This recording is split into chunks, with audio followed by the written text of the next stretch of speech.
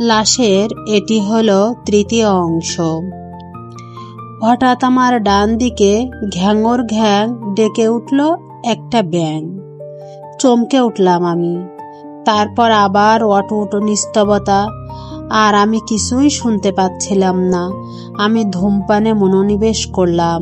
স্বভাবে অতিশয় ধূমপায়ী হলেও সে রাতে ধূমপান করতে পারছিলাম না। দ্বিতীয়বার পাইপে টান দেওয়ার পরেই গা কেমন গুলিয়ে উঠল, আর মুখ দিলাম না পাইপে। গুনগুনিয়ে একটি গানের সুর ভাসতে লাগলাম।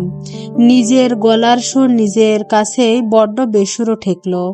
তাই আমি নৌকার তলায় হাত পা টান টান করে শুয়ে নিবিষ্ট চিত্তে আকাশ দেখতে লাগলাম। কিছুক্ষণ চুপচাপই শুয়েছিলাম। হঠাৎ নৌকাটি দুলতে শুরু করলে অস্বস্তি বোধ হলো আমার। মনে হলো এপাশ ওপাশ ধাক্কা খাচ্ছে। তারপর মনে হলো কোনো অদৃশ্য শক্তি এটাকে টেনে নিয়ে যাচ্ছে জলের তলায়, তারপর আবার তুলে ফেলছে আমার দিকে। আমি যেন ঝড়ের মাঝখানে হুটোপুটো খাচ্ছি। চারপাশে নানা রকম শব্দ শুনতে পাচ্ছিলাম, কারণ চমকে গিয়ে সোজা হয়ে বসলাম। দেখি নদীর জলে রূপালি চাঁদের আলো গলে পড়ছে। সবকিছু আশ্চর্য শান্ত।